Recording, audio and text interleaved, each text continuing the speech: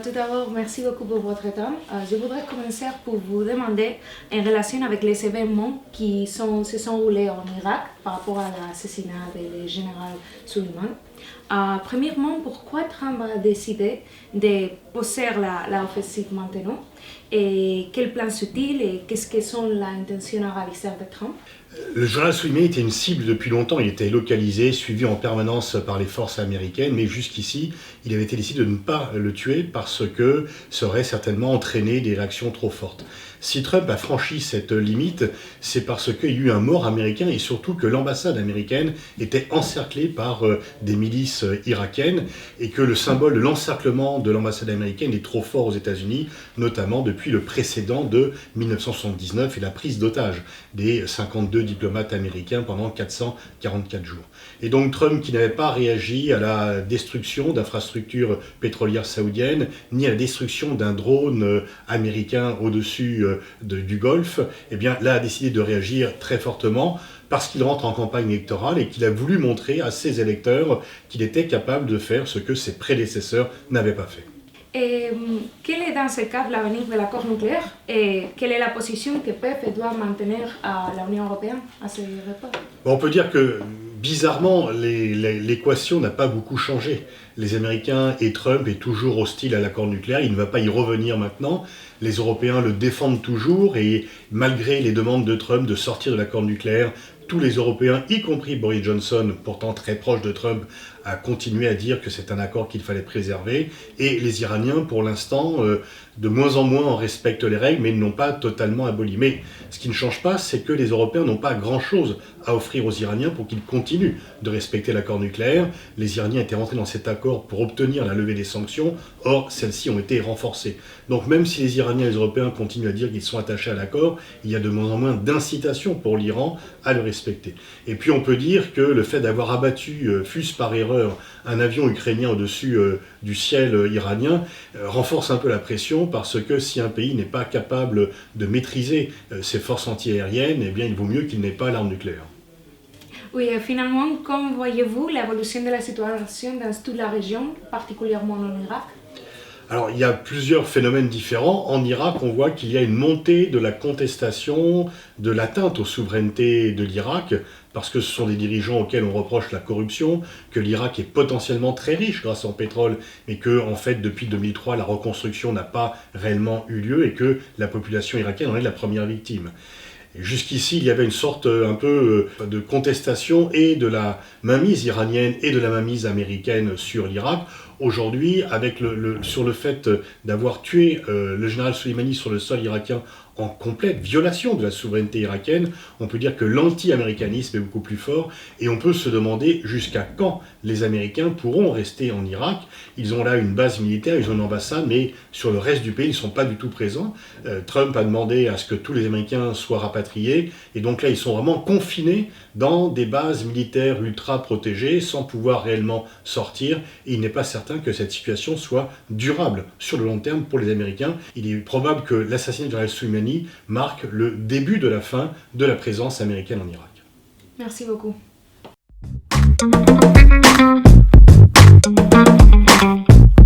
Moi j'avais des questions concernant la Libye. D'abord, comment expliquer le nombre si important de forces étrangères impliquées dans le conflit depuis 2011 et croissant au cours des années précédentes? Parce que la Libye est un pays extrêmement important sur le plan pétrolier et qu'il y a un vide et que ce vide stratégique a attiré de nombreux acteurs qui ont chacun leur propre agenda, souvent opposés aux autres acteurs. Il n'y a pas du tout d'entente entre les différents acteurs qui interviennent en Libye et donc chacun veut essayer d'exercer son influence avec quand même généralement deux camps tout à fait distincts, mais effectivement on voit qu'il y a de plus en plus d'acteurs étrangers en Libye et que cela ne facilite pas la recherche d'une solution et que l'on peut même dire que le soutien de nombreux acteurs étrangers, dont d'ailleurs la France au général Haftar, est venu, lorsque le général Haftar a voulu de nouveau attaquer, est venu ruiner la solution plus consensuelle, plus interne que l'envoyé spécial de l'ONU, Hassan Salamé, mettait en œuvre. Et donc on peut dire que ces interventions étrangères sont plutôt un frein au fait de trouver une solution plutôt qu'un moyen de trouver une solution. D'accord, merci.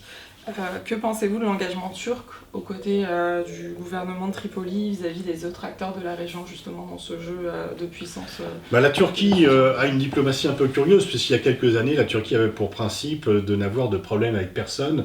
Aujourd'hui, ils ont des problèmes avec tout le monde. Ils sont de plus en plus isolés, et en même temps, Erdogan continue à avancer ses pions, malgré sa relation compliquée avec les pays de l'OTAN, malgré sa relation compliquée avec la Russie. Eh bien, il est toujours un interlocuteur incontournable, tant pour l'OTAN que pour la Russie. Et donc en Libye, il a décidé d'avancer ses pions également, notamment pour des raisons pétrolières, et aussi en se disant que finalement il se fera respecter et il sera un interlocuteur pour les autres acteurs qui sont en Libye, et qu'il a certainement estimé qu'il n'y avait aucune raison qu'il soit le seul acteur international régional à ne pas être actif dans le chaos libyen.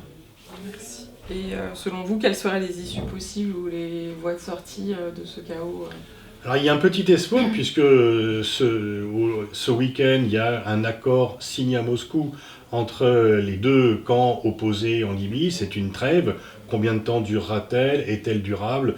Ça, ce n'est pas certain, mais ce que l'on voit, c'est que cette trêve a été signée à Moscou.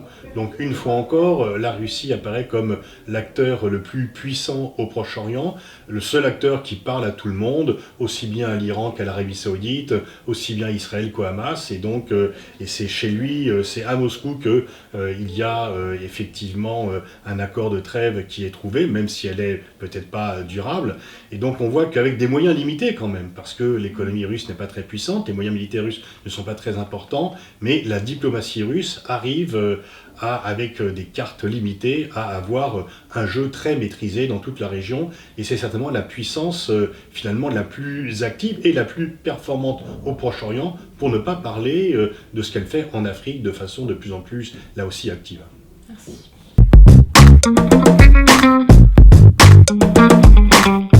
Donc moi je vais poser des questions sur la question des Ouïghours en Chine. Donc comment la communauté internationale réagit-elle face à la situation des Ouïghours en Chine, et quel rôle peut-elle avoir pour la dénoncer ou l'enrayer?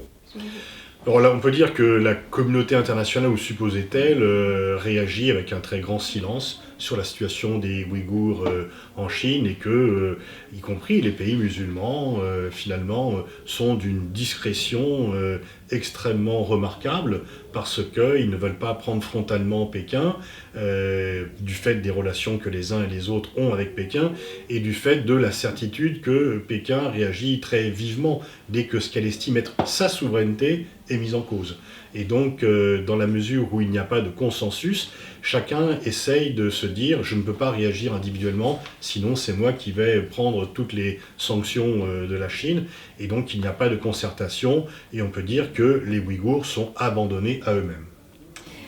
Pourquoi et comment la lutte contre le terrorisme est devenue, selon vous, un alibi idéal pour céder à toutes les dérives ou les atteintes à certains droits fondamentaux Il n'y a pas qu'en Chine, c'est également le cas un peu partout, et c'est vrai qu'au nom de la lutte contre le terrorisme, une fois encore, il ne s'agit pas de nier la menace terroriste, mais on voit très bien qu'elle est de plus en plus instrumentalisée par des pouvoirs, et par des pouvoirs autoritaires, mais également par des pouvoirs démocratiques, pour rogner sur les libertés publiques, de façon bien sûr intense dans les régimes autoritaires, de façon plus soft dans les régimes démocratiques, mais le fait de faire de la lutte contre le terrorisme le principal agenda sécuritaire des pays a changé effectivement le climat, et sert un peu d'alibi, et les régimes autoritaires ou contestés et contestables se servent de cela, parce que si on vient critiquer la répression qu'ils mettent en place, ils vont dire immédiatement « est-ce que vous êtes contre la lutte contre le terrorisme ?» Et tout le monde se tait, et c'est devenu pour les régimes répressifs le viatique